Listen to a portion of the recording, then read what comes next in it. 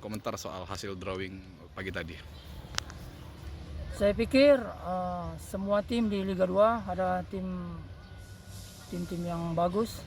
Di sini siapa yang paling siap, di situ yang akan bisa berhasil.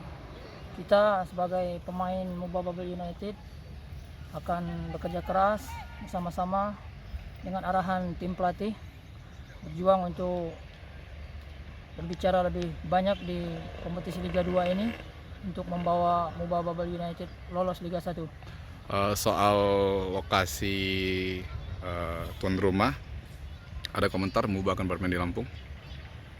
Menurut saya dimanapun bermain semua tim harus siap, tetapi di sini kita alhamdulillah dapat tempat yang baik, stadion yang bagus yang dimiliki oleh Badak Lampung, dan yang pasti Lampung adalah zona hijau saat ini dan aman dari COVID-19.